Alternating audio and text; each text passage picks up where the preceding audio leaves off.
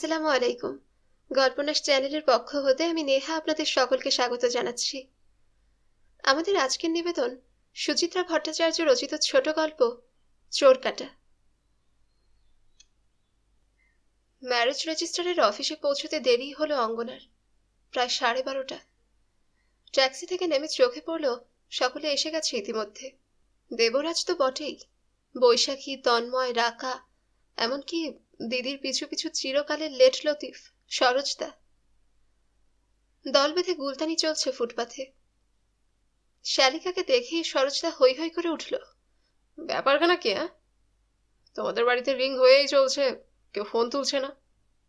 Landline তো কাল থেকেই ডেড। অঙ্গনা করুণ চোখে তাকালো। বাবা আজ কমপ্লেন করতে যাবেন। কঙ্কনা বোনের বেশভূষাটা দেখে নিচ্ছিল। সাদা খোলের বাংলাদেশি জামদানিখানা বুঝি তেমন পছন্দ হয়নি। ভ্রুভঙ্গি করে বলল, কি যে করিস না, আমরা ঠিক কখন থেকে দাঁড়িয়ে আছি। পাশ থেকে তন্ময়ের ফোড়ন, বেচারা দেবরাজের তো চিন্তায় চিন্তায় কপালে পার্মানেন্ট ভাঁজ পড়ে গেল। দেবরাজ যেন সত্যিই খানিক উদ্বেগে ছিল এতক্ষণ। পাতলা মেঘ সরে হাসি ফুটেছে মুখে। কাঁধ চাকিয়ে বলল, আরে ধুর, ঘাবড়াবো কেন, আসলে ওর মোবাইল ফোনটাই বন্ধ ছিল, যোগাযোগই করা যাচ্ছে না। যা বাজে কথা। অঙ্গনা তাড়াতাড়ি ব্যাগ খুলে বার করলো সেলফোনখানা। পরক্ষণেই জিভ কাটল। ওমা, তাই তো, সকালে আজ অনই করিনি।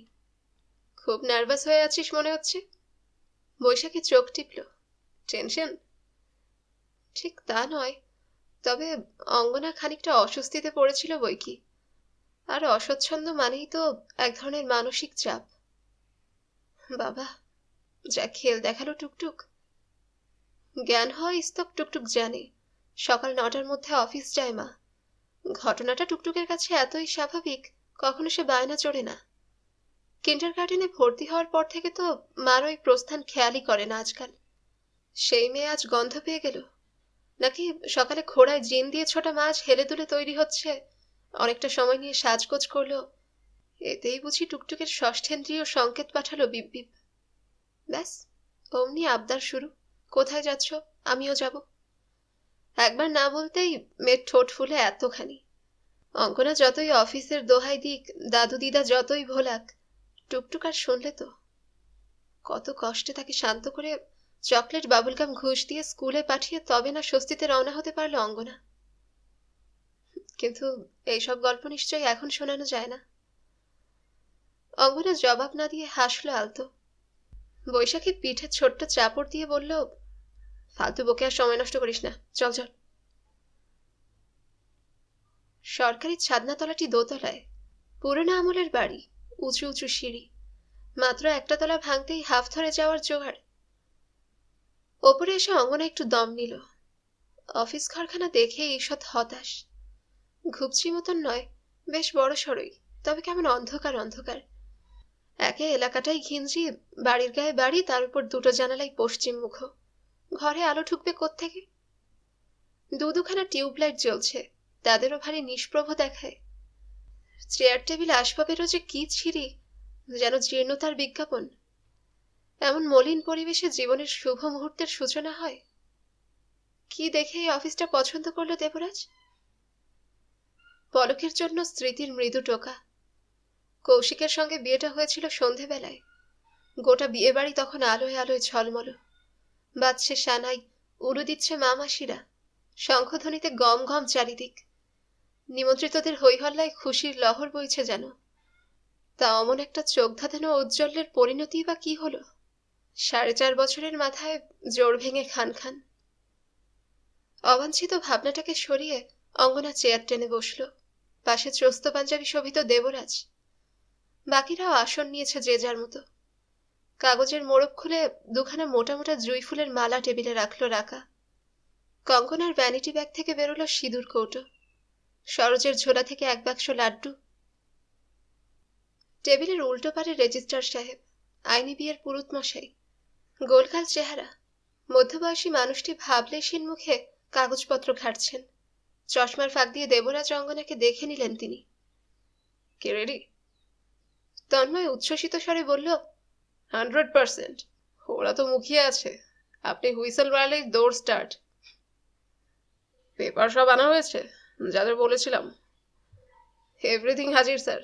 শরৎ ছোরা দেখালো। অরিজিনাল জেরক্স যা চাইবেন পেয়ে যাবেন। ও, এবার তাহলে শুভ কাজটা। এক সেকেন্ড। তন্ময় ছটাক উঠে দাঁড়িয়েছে। আগে মালা দুটো পরিয়ে দিলে হতো না? যা, আগে শৈশাবুতটা হোক। রাকা খিলখিল হাসছে। তারপর তো মালা বদল। আরে তখন তো এ ওকে পড়াবে, এখন গলায় ঝোলানো থাক, ঝাক্কাস দেখাবে। দেবরাজ গা মুচড়ালো। আর সিস্টেমেটিক্যালি চলুক না।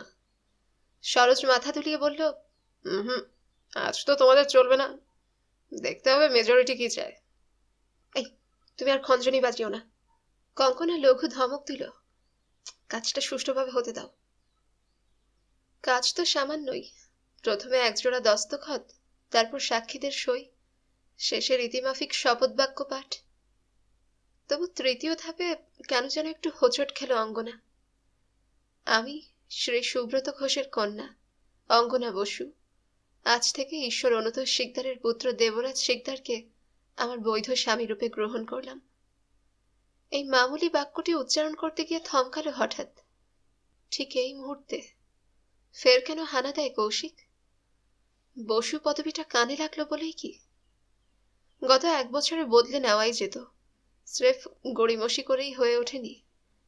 আবার কোর্টে ছোট এফিডেভিট করো, কপি তুলে অফিসে জমা দাও, অত হ্যাপা কে পোহায়? কিন্তু এমন একটা দিনে ওই দুটো মাত্র অক্ষরে যে অস্বস্তিকর ঠেকতে পারে, এ তো অঙ্গনার মাথায় ছিল না, থাকার কথাও না।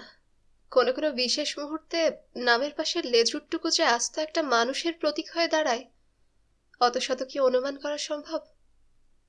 অতীতের এক অকিঞ্চিৎকর ছায়া যে কেন খোঁচা দেয় মনে। বৈশাখী পাশে এসে দাঁড়িয়েছে, ঠেলা মেরে বলল, এই, মনে মনে আওড়ালে চলবে না, লাউড। রেজিস্ট্রার সাহেব শুনবেন তো সকর্ণে। আহা, ওথ টেকিং কি যে সে ব্যাপার? আমার ছোট গিন্নিকে একটু টাইম দাও। সরোজ মস্করা জুড়েছে। কথাটা হৃদয় থেকে উচ্চারিত হতে হবে তো। সরোজের বাচনভঙ্গিতে হাসির ফোয়ারা। অঙ্গনাও ফিক করে হেসে ফেলল। একই সঙ্গে মনে পড়ল, এরকমই একটা রসিকতা কৌশিকের সঙ্গে রেজিস্ট্রির সময়ও করেছিল না সরোজদা? চকিত আলোড়নটুকু সরিয়ে বাধাগতের বাক্যটি পূর্ণ করল অঙ্গনা। সমবেত করতালির মধ্যে সাঙ্গ হলো মালা বদল, সিঁদুর ছোঁয়ানো। সরোজ এবার সবাইকে লাড্ডু বিতরণ করছে। নিবন্ধক মশাই অবশ্য নিলেন না। রোজ রোজ রেজিস্ট্রি বিয়ের মিষ্টি খেয়ে নাকি মধুমেহতে ভুগছেন। নিচে নেমে তন্ময় শটান হাত বাড়িয়েছে দেবরাজের দিকে। জোরসে একটা করমর্দন করে বলল, কংগ্রাটস বাড়ি। দেবরাজ মুচকি হেসে বলল, থ্যাঙ্কস। জব্বর প্রমোশন পেলি কিন্তু। ছিল ফ্রেন্ড, হয়ে গেলি হাজব্যান্ড। এবার আমাকেও একটু দেখো। এই রাকামাকারা তো আমায় কোনোদিন পুছলই না। দিব্যি যে যার বল বাচ্চা নিয়ে লটর পটর করছে। এদিকে আমি তো 30 ক্রস করে গেলাম। এরপর রিজেকশনের স্ট্যাম্প না পড়ে যায়। বাচ্চা যাবে। বৈশাখী ছেঁচে উঠল। আমার বর তো অ্যানাউন্স করেই দিয়েছে, ধর্মের সার হয়ে ঘোরাটাই তোর নিয়তি। তোরা কেউ বরকে ডিভোর্স করবি না, না রে? আমিও তাহলে দেবরাজের মতো একটা চান্স পেতাম।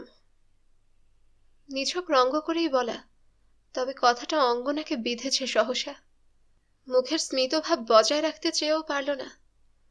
তন্ময়ের যে চিরকালই তাল জ্ঞান কম, কোথায় কি বলতে হবে সে বোধটুকু নেই, অঙ্গনা জানে।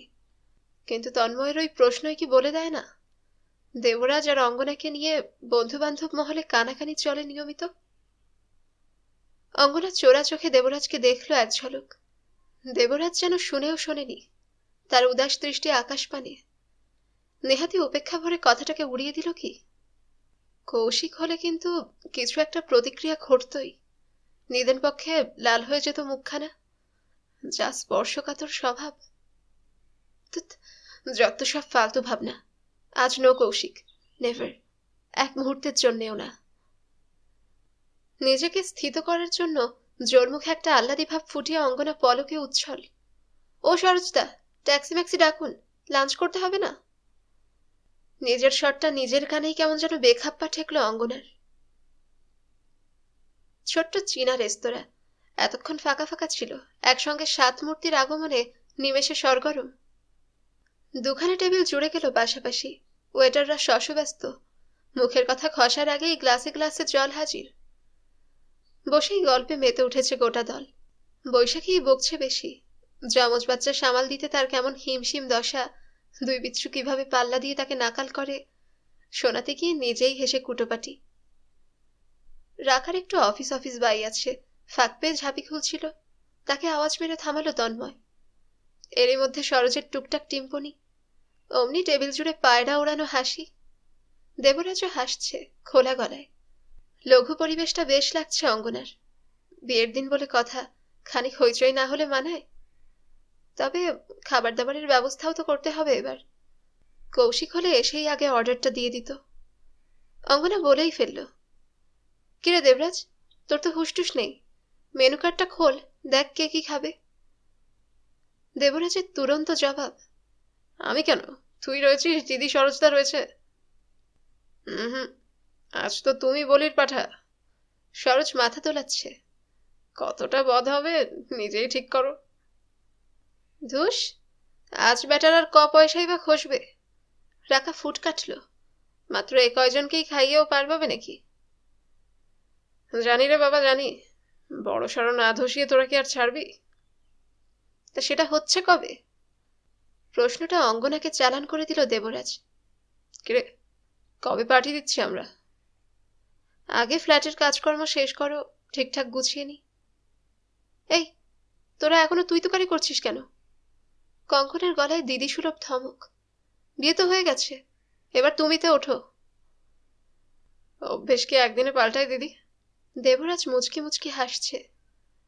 আমি যে একজন বিবাহিত মানুষে পরিণত হয়েছি, এইটাই তো এখনো মাথায় ঢোকেনি। তা সে কবে ঢুকবে? থোড়া ওয়াক্ত লাগেগা। অঙ্গনের হাসি পেয়ে গেল। সত্যিই তো, দেবরাজকে এখনো একটুও বর্বর মনে হচ্ছে না। কৌশিককে কিন্তু বিয়ের দিনই যথেষ্ট স্বামী স্বামী লাগছিল, যা গ্রামভারী মুখে বরাসনে বসেছিল। উফ, আবার সেই কৌশিক।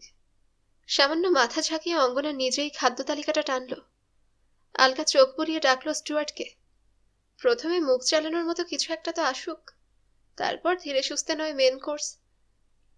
চোখ নাচিয়ে বন্ধুদের জিজ্ঞেস করলো, তোরা আর কিছু নিবি? স্যুপ টুপ? ওরে বাবা, স্যুপ খেলেই আমার পেট ভরে যায়। বাদ বাদ, ভেজাল বিলকুল বাদ। শেষে বরং ডেজার্ট চলতে পারে। নির্দেশ টুকে নিয়ে চলে গেল টাই বাঁধা লোকটা। ভিনেগারে ভেজানো মিষ্টি মিষ্টি পেঁয়াজের টুকরো কচকচ করে চেবাচ্ছে তন্ময়। মেজাজি ভঙ্গিতে দেবরাজকে বলল, তারপর তোরা হানিমুনে যাচ্ছিস কবে? না গেলেই নয়, কলকাতাতেই তো খাসা আছি, একদিন নয় লঞ্চে বেলুড় ঘুরে আসবো। এই ফাজলামি রাখ, মধুচন্দ্রিমা ছাড়া বিয়ে কমপ্লিট হয় নাকি? বলছিস? তাহলে তো ছুটি ছাটা নিতে হবে, প্ল্যান ট্যানও করতে হবে। প্ল্যান প্রোগ্রামের কি আছে? টিকিট কাটবি, নর্থ বেঙ্গলে চলে যাবি, তারপর সোজা হিমালয়, গ্যাংটক, পেলিং। আমি পাহাড়ে যাব না রে, বলেই থতমত খেলো অঙ্গনা। আশ্চর্য, না কেন বলল? পাহাড় তো সে ভালোই বাসে। ধ্যান গম্ভীর বরফ চূড়া, সবুজের বাহার, পাগল ঝোড়া, সঙ্গে একটা শীতল আমেজ, তাকে যথেষ্টই টানে। কৌশিকের সঙ্গে মধুচামিনী যাপন করতে সিকিম গিয়েছিল, সেই স্মৃতি কি নিষেধ বার্তা পাঠালো হঠাৎ? দেবরাজের চোখে চোখ রেখে অঙ্গনা বলল, আমরা বরং ভাইজাগ যেতে পারি, ওদিকটা কখনো ঘোরা হয়নি। Not a bad idea, Araku ভ্যালিও দেখে আসা যাবে। অঙ্গনা স্বস্তি বোধ করল। যাক, তার খচখচানিটা বোধহয় টের পায়নি দেবরাজ। তবে ওয়ালটেকার হোক আর যেখানেই হোক, যাওয়ার অনেক ঝঞ্ঝাট। টুকটুকের কি হবে? দাদু দিদার কাছে রেখে যাবে? তাকে ফেলে রেখে বেড়াতে গেলে মেয়ের অভিমান হবে না? আবার সঙ্গে নিয়ে গেলেও তো সমস্যা। ভ্রমণটা আদৌ মধুচন্দ্রিমা থাকবে কি, অন্তত দেবরাজের কাছে? এসব সাত পাঁচ ভেবেই প্রসঙ্গটা পারেনি অঙ্গনা। দেবরাজও সযত্নে এড়িয়ে গেছে। প্রথম দফার খাবার টেবিলে হাজির। মুচমুচে পালং শাক ভাজা, চিংড়ির বড়া, 2-3 রকমের ডিমসাম। প্লেটে প্লেটে পরিবেশনও হয়ে গেল। উঠে যাচ্ছে টুপটাপ। কঙ্কনা টয়লেটে গিয়েছিল, ফিরে বোনের পাশে বসে গলা নামিয়ে বলল, বাবাকে এবার একটা মোবাইল কিনে দিতেই হবে, বুঝলি? চট করে ব্যাপারটা বোধগম্য হলো না অঙ্গনার। অস্ফুটে বলল, কেন? এই তো বাড়িতে ফোন করলাম, ভাবলাম সব ঠিকঠাক চুকে গেছে, খবরটা দিয়ে দিই। তা এখনো লাইন বেহাল, বেজেই গেল। আজও ঠিক হওয়ার চান্স নেই, কিন্তু একটা ইন্টিমেশন তো দেওয়া দরকার। তুই তো আবার রাতে ফিরছিস না। সেরকমই তো কথা হয়েছে, মা বাবা জানে। তবুও মা যা টেনশন পার্টি, চিন্তা তো করবেই। কঙ্কনা পলক ভেবে নিয়ে বলল, নো প্রবলেম, ফেরার পথে আমরাই নয় বুড়ি ছুঁয়ে যাব। টুকটুকের সামনে কিন্তু কিছু বলিস না। আরে না রে বাবা, ওইটুকু আক্কেল আমার আছে। কিন্তু? কি কিন্তু? তোরা যে এরপর আলাদা থাকবি, তুই, টুকটুক আর দেবরাজ, হিন্ট দিয়েছিস মেয়েকে? না রে, এবার দেখি একটু রইয়ে সইয়ে, এখনই তো শিফট করছি না। বাবা মার কিন্তু টুকটুককে ছেড়ে দিতে বড় কষ্ট হবে রে। খুট করে কথাটা কানে বাজলো অঙ্গনার। ছেড়ে দিত মানে? টুকটুক কি বাবা মার? তবে অঙ্গনা তো এও অস্বীকার করতে পারে না, ওই নাতনি এখন দাদু দিদার প্রাণ ভোমরা, এবং সেটাই স্বাভাবিক। অঙ্গনা যখন কৌশিকের বাড়ি থেকে পাকাপাকি চলে এলো, টুকটুক কতটুকু? 2ও হয়নি, তখন থেকেই তো নাতনির সঙ্গে লেপ্টে আছে দাদু দিদা। অঙ্গনা তো দেখেছে, আপোষে ছাড়াছাড়ির চুক্তিপত্র তৈরির আগে দুজনেই কি পরিমাণ উদ্বেগে ছিল। যদি কৌশিক মেয়েকে না ছাড়তে চায়, যদি মামলা জড়ে। সংশয় অবশ্য অঙ্গনারও ছিল, কৌশিক যা ইগোয়েস্টিক। সুখের কথা শেষ পর্যন্ত কোনো ঝামেলা পাকায়নি, বদলি হয়ে চলে গেছে নয়ডায়।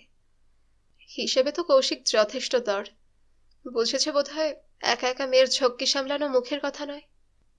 আর তারপর তো টুকটুককে পুরোপুরি কবজায় পেয়ে দাদু দিদার জীবনটাই নাতনিময় হয়ে গেল। এই যে এখন বাবা মা অঙ্গনার দ্বিতীয় বিয়ে নিয়ে তেমন প্রীত নয়, তার একটা কারণ তো নাতনি। কি আর করা, যা অবশ্যম্ভাবী তাকে তো মানতেই হবে।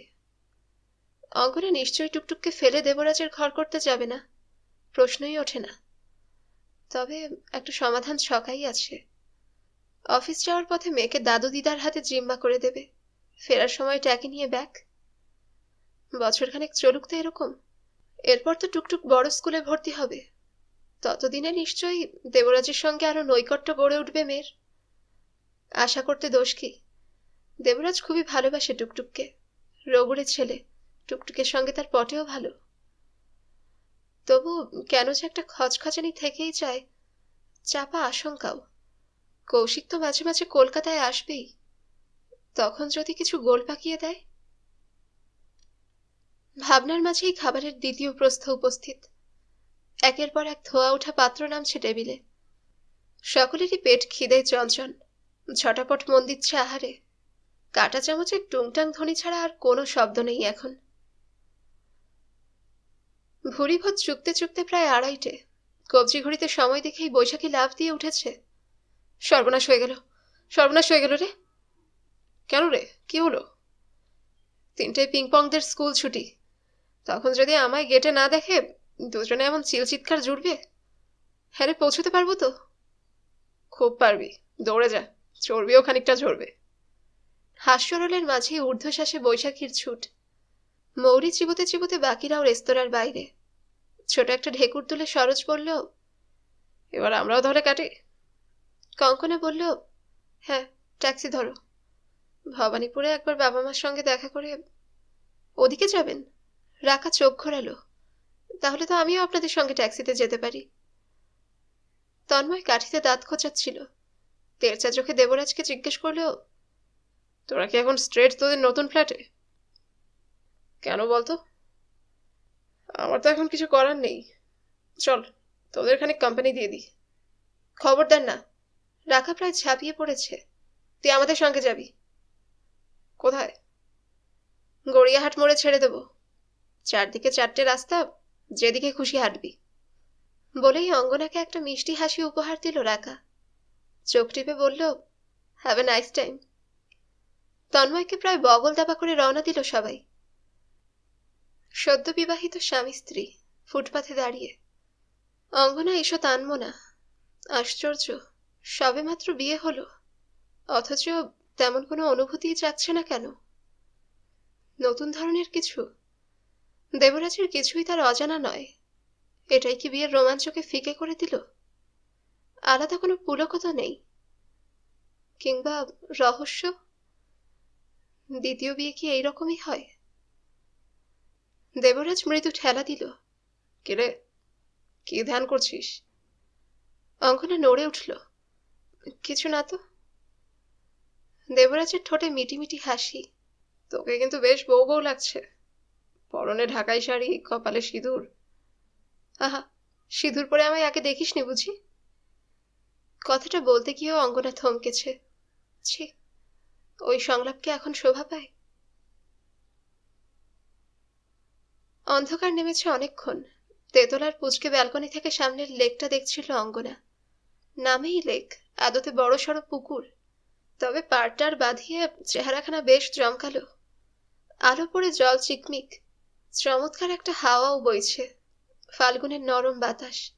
শরীর জুড়িয়ে যায় যেন। না, ফ্ল্যাটটা দেবরাজ মন্দ বাছেনি, যদিও চূড়ান্ত পছন্দটা অঙ্গনারই। ঘরদোর কেনার সময় অনেক দেখে বুঝে নিতে হয়। ছেলেদের মাথায় অত শত আসে না। ওই লেকটির কল্যাণে পূর্ব দক্ষিণ খোলাই থাকবে বরাবর। শুধু জায়গাটা শহরের একটু প্রান্তে, এই যা। তাতে কোনো অসুবিধা নেই। বাস, মিনি বাস, বাজার হাট সবই প্রায় দরজায়। ভবানীপুরে যাওয়া যায় সরাসরি। তবে হ্যাঁ, ফ্ল্যাটটা আরেকটু বড় হলে ভালো হতো। হাত পা ছড়িয়ে থাকা যেত দিব্যি। এখানে ঘরগুলো ভবানীপুরের বাড়ির চেয়ে অনেক ছোট। আর কৌশিকদের তুলনায় তো। ফের কৌশিক কেন? অঙ্গনা কোষে ধমকালো নিজেকে। বাড়িখানাই বড় ছিল শুধু। কৌশিকের মনটা তো ছোট্ট, এইটুকুন। একটা বিশ্রী রকমের কেজো লোক।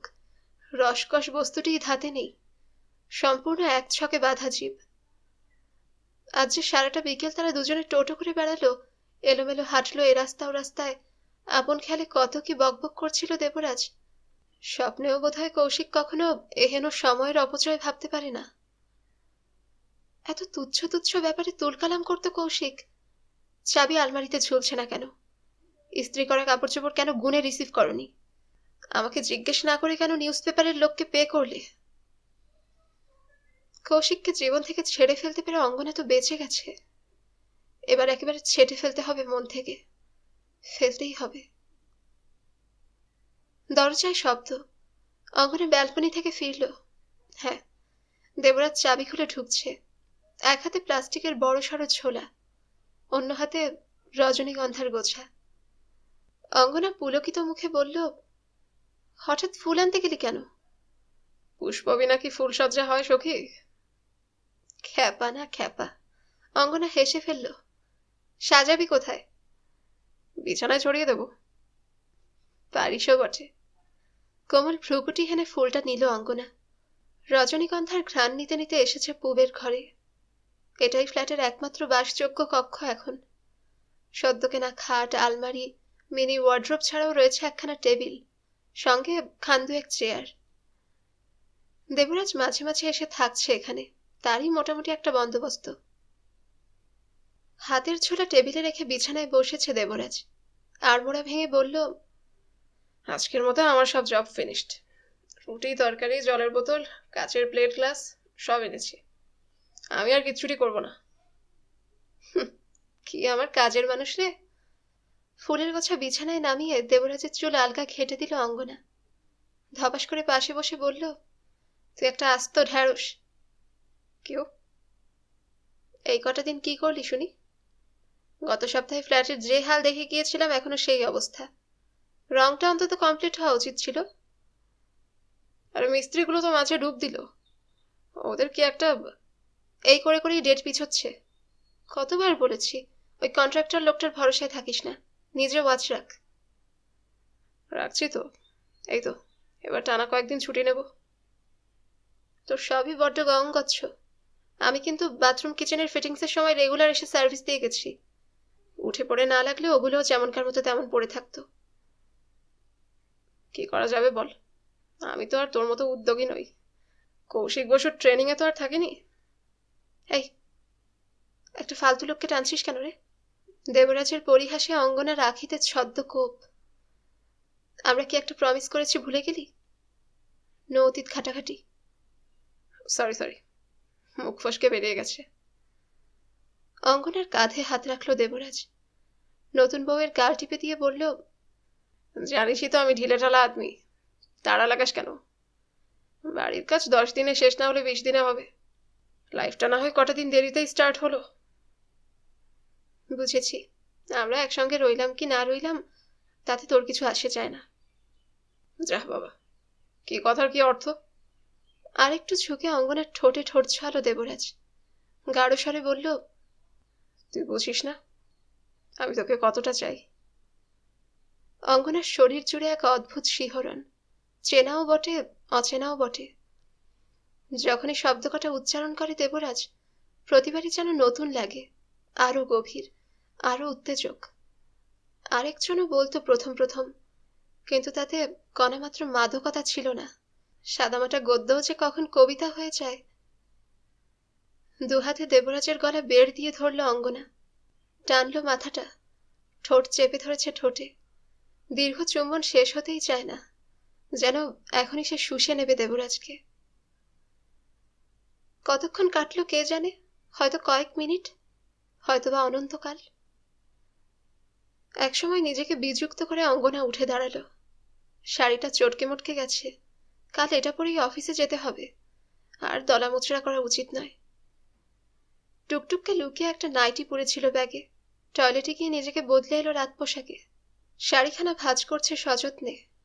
হঠাৎই দেবরাজকে বলল, একটা ব্যাপার কিন্তু মাথায় রাখিস, আমি নয় কদিন পরই এলাম, তবে পার্টির হাঙ্গামাটা আগে চুকিয়ে দেওয়াই ভালো। দেবরাজ বিছানায় আধশোয়া, পা দোলাতে দোলাতে বলল, ম্যাডামের হুকুম শিরোধার্য, কবে আয়োজনটা করি? নেক্সট উইকেন্ডে হতে পারে। ওটাকে নয় আমাদের ফর্মাল গৃহপ্রবেশ বলেও চালিয়ে দেব। বেড়ে আইডিয়া তো, এক ঢিলে দুই পাখি। কমন সেন্সকেও একটু খাটাতে হয় বুঝলি। তা মোটামুটি কতজন নিমন্ত্রিত হতে পারে? আর কত? দেবরাজ কপাল কুঁচকে উঠে বসল। এই ধর, আমাদের কমন ফ্রেন্ড সার্কেল, তোর অফিস, আমার অফিস, আর কিছু রিলেটিভ। তোদের ফ্যামিলির জনা 15 জন, আর আমার বাড়ির যে যে এলো। যে যে মানে? সবাই আসবে না? দাদা বৌদি হয়তো অ্যাটেন্ড করবে। দেবরাজ একটুক্ষণ চুপ থেকে বলল, আমি কাউকে সাধাসাধি করতে যাব না। দেবরাজের গোটা পরিবারটাই এ বিয়েতে গড়রাজি, অঙ্গনা জানে। বিশেষত দেবরাজের মা, একে ডিভোর্সি, তাই বাচ্চা রয়েছে। এমন মেয়েকে কটা বাড়ি বা সহজে বউ হিসেবে মানতে পারে? তবু ভাবলে কোথায় যেন একটা চিনচিন করে, মনটা বিষাদ হয়ে যায়। কিঞ্চিত ভার গলায় অঙ্গনা বলল, আমি কি একবার তোর মার কাছে যাব? এখন নয়, পরে। বলেই হঠাৎ যেন ব্যস্ত হয়ে পড়ল দেবরাজ। ঝুপ করে খাট থেকে নেমে চেয়ারে গিয়ে বসেছে। ঝোলা থেকে তরকারির ভাঁড় বের করে বলল, আয়, ঠান্ডা হয়ে যাচ্ছে, আগে খেয়ে নি। দেবরাজ যে প্রসঙ্গ ঘোরালো দিব্যি টের পেল অঙ্গনা। কথা না বাড়িয়ে এসেছে টেবিলে। কাগজের থালায় ভাগ করলো খাবার। দুপুরের খাওয়া এখনো হজম হয়নি, অত হাঁটাহাঁটির পরও। নিজের প্লেটে একটা মাত্র রুটি নিয়ে অঙ্গনা আলগাভাবে জিজ্ঞেস করলো, হ্যাঁ রে, টুকটুকের ফার্নিচারগুলো কবে দিচ্ছে? কাঁচা পেঁয়াজে কামড় বসিয়ে দেবরাজ বলল, রোববারই তো ডেলিভারির ডেট, মনে হয় বড় জোর মানডে। বানাচ্ছে ঠিকঠাক যেমনটা বলেছি? হ্যাঁ রে বাবা, হ্যাঁ। এভরি অল্টারনেট ডে একবার করে সরেজমিনে যাই। দেবরাজ গলা ছাড়ল। আমি একটা কথা ভাবছিলাম জানিস, রিগার্ডিং টুকটুক। কি?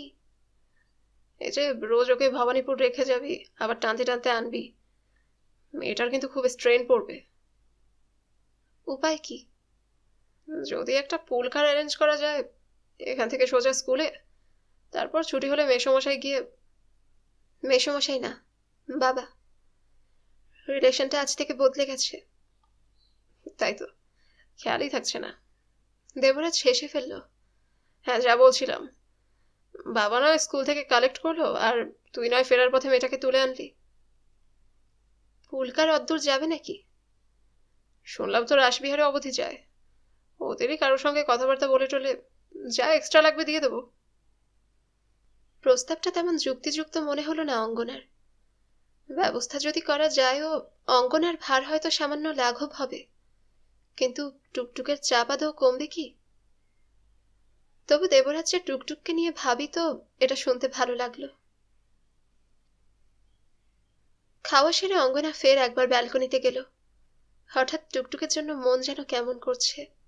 মেয়েটা কখনো রাতে মাকে ছাড়া থাকেনি, আজ কি করছে কে জানে। কদিন পরে তো আবার উল্টো সমস্যা, দাদু দিদাকে ছেড়ে এসে মানিয়ে নিতে পারবে তো? মেয়েটার কাছে বাবার স্মৃতি হয়তো আবছা এখন, তবু তার জায়গায় দেবরাজকে। টুকটুক যদি বেগরবাই করে, দেবরাজ খুব দুঃখ পাবে। তবে বুদ্ধিমান ছেলে, মুখে কিছু প্রকাশ করবে না, মনেই পুষে রাখবে কষ্টটা। মাঝখান থেকে অঙ্গনাও একটা বিশ্রী টানা পড়ে নে। কেরে, কি ভাবছিস? কাঁধে হঠাৎ দেবরাজের হাত। কিছুই না। অঙ্গনা নিজেকে সামলে নিল, নরম হেসে বলল, এখানে হাওয়াটা ভারী সুন্দর। এক একদিন তো উড়িয়ে নিয়ে যায়, আমি তো অনেক রাত অবধি এখানেই বসে থাকি। বলেই দেবরাজ অঙ্গনার কানের পাশে মুখ এনেছে। তপ্ত নিঃশ্বাস ছুঁয়ে বলল, আজ অবশ্য বসে থাকার দিন নয়।